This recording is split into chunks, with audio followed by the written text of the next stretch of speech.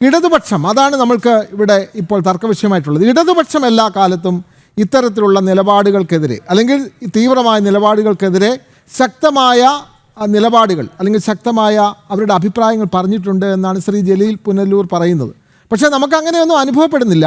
നമ്മളെല്ലാ കാലത്തും ഓരോ വിഷയത്തിലും നമ്മൾ കാണുന്നതാണ്. കഴിഞ്ഞ 10 വർഷം എടുത്തു പറയാൻ എത്രയോ സംഭവങ്ങളുണ്ട്. അങ്ങനെയല്ലേ ശ്രീ അരുൺ മോഹൻ?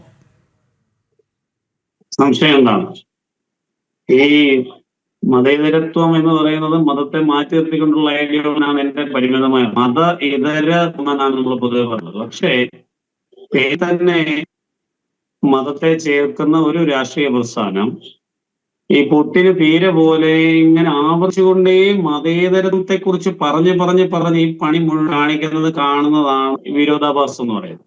ഇടതുപക്ഷം സംബന്ധിച്ചിടത്തോളം ഈ പാനലിസ്റ്റുകൾ മുഴുവൻ ഉണ്ടാവുമെന്ന് ഞാൻ കരുതുന്നു. ലീഗിന്റെ നിലപാട് നിർണായകമാകുന്ന ഒരു സാഹചര്യം കേരളത്തിൽ ഉണ്ടായാൽ അത് തങ്ങൾ അനുകൂലമാകണമെന്ന ചിന്തയിൽ എത്രയോ തവണ 2 കൈയും നീട്ടി ലീഗ് സ്വീകരിക്കുകയാണെന്ന് ഈ CPM-ന്റെ സംസ്ഥാന സെക്രട്ടറി MV ഗോവിന്ദൻ എത്രയോ തവണ പറഞ്ഞിരിക്കുന്നു. ഈ ജലീൽ പുനലൂര് മനസ്സിലാക്കിയിട്ടാണ് അത് എനിക്ക് മനസ്സിലാകുന്നില്ല. അദ്ദേഹം ഉദ്ദേശിച്ച എക്കാലത്ത് ലീഗിനെ മാറ്റിയാണ് എടുത്തത്. CH മുഹമ്മദ് ഗോവിന്ദ് ആദ്യത്തെ മന്ത്രിയായത് സ്പീക്കറായത് ഏത് മുന്നണിയിൽ നിന്നിട്ടാണ്? അപ്പൊ ലീഗ് ഒരു കാലത്തും ഇടതുപക്ഷത്തിന് സ്വീകാര്യമല്ലെന്നുമായിരുന്നില്ല. നാളെ ലീഗ് കൂട്ടുപിടിച്ചാൽ UDF-നെ മറിച്ചിട്ട് സാധ്യതയുണ്ടെന്ന് കണ്ടാൽ അതിന്റെ വായനങ്ങൾ കമ്മ്യൂണിസ്റ്റ് പാർട്ടി തുറന്നിട്ട് തന്നെയാണ് അവിടെ ലീഗിന് യാതൊരു മുന്നില്ല.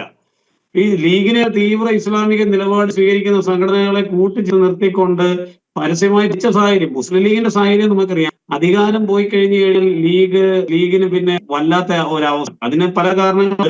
ഇപ്പൊ പ്രവാചകൻ പറയുന്നത് പോലെയോ അല്ലെങ്കിൽ ഇസ്ലാം പറയുന്നത് പോലെയോ പലികൊടുത്ത് ജീവിക്കരുത്, അങ്ങനെയാണെന്ന് പറഞ്ഞാൽ അവനെ കല്ലെറിഞ്ഞു കൊല്ലുന്നതാണ് ഇസ്ലാമിക നിയമമെങ്കിൽ കല്ലേറുകൊണ്ട് മരിക്കാൻ തന്നെ വിധിക്കപ്പെട്ട ഒരു 100 കണക്കിന് നേതാക്കന്മാരുടെ പേരുകൾ പറയാൻ സാധിക്കും. ഇവിടെയൊക്കെ നാട്ടിൽ പ്രാദേശികമായി മുതൽ ഒരു അധികസ് അനുവദിക്കുന്ന വിഷയത്തില് ബാച്ച് അനുവദിക്കുന്ന വിഷയത്തിൽ വിദ്യാഭ്യാസ സ്ഥാപനവുമായി ബന്ധപ്പെട്ടിട്ടൊക്കെ ഇപ്പൊ ഞാൻ ആലോചിക്കായിരുന്നു. ഇപ്പം നമ്മുടെ സ്വഭാവത്തിന് പച്ചച്ച് പറയുന്ന അറിയാൻ സാധ്യതയുള്ള പലരും ഒരുപക്ഷെ ഇപ്പൊ ഇരുന്ന് പ്രാർത്ഥിക്കുന്നുണ്ട്, ദൈവം ഇവനൊന്നും എന്റെ പേര് പറയരുത്. എളിമൂർ സംഗീതം എത്രയോ കാര്യം നമുക്ക് പറയാൻ വേണ്ടി കിടക്കുന്നു. അതൊക്കെ അനിസ്ലാമികമായിരുന്നു. മനസ്സിലാകുന്നില്ല.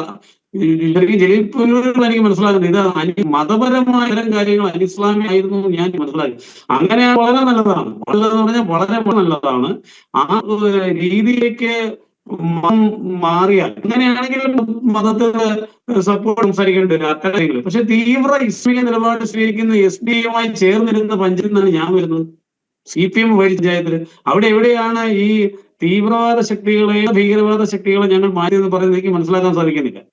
അതായത് 5 വർഷക്കാലം ഒരു പഞ്ചായത്തില്, പത്തനംതിട്ട ജില്ലയിലാണല്ലോ ജലീൽ പുനലൂരുള്ളത്, പത്തനംതിട്ട ജില്ലയിൽ കോട്ടാൻ പഞ്ചായത്തിൽ 5 വർഷക്കാലം SDP-യോട് ചേർന്ന് ഭരിച്ച CPM-നെ കുറിച്ചാണോ അദ്ദേഹം ഈ വർഗീയ നിലപാടുകൾ SPM ഇല്ലാന്നൊക്കെ എനിക്ക് മനസ്സിലാകുന്നില്ല. ഇനി വർഗീയ നിലപാടുകളിൽ ഏതാണ്ട് ഇപ്പൊ SD-യുടെയും ജമാഅത്തെ ഇസ്ലാമിയുടെയും സമസ്തയൊക്കെ സമാനമായ സാഹചര്യത്തിലേക്ക് എന്ത് കാര്യമെങ്കിലും അവിടെ മതത്തെ കുളിക്കുന്നതിലും അത് ഇസ്ലാമമായ കുളികൾ എന്ന് പറയുന്ന പ്രവാചകനെ നമ്മൾ കാണാൻ നിരന്തരമായി ഈ സോഷ്യൽ മീഡിയയിലൂടെയൊക്കെ ഇവരുടെ ഈ വാദം അനുകൂലമായി നമ്മുടെ രാഷ്ട്രം പോയാൽ മുമ്പ് BJP പ്രതി ശ്രീ അശോക് കുമാർ അദ്ദേഹം പറഞ്ഞതുപോലെ ഞാൻ കണ്ടു ഈ ഇസ്ലാം തന്നെ വ്യത്യസ്ത വിഭാഗങ്ങളുള്ളതിൽ ഏതാണ്ട് തീവ്ര ചിന്താഗതിയുള്ളവരും അത്ര തീവ്രമല്ല അങ്ങനെയൊന്നുമില്ല.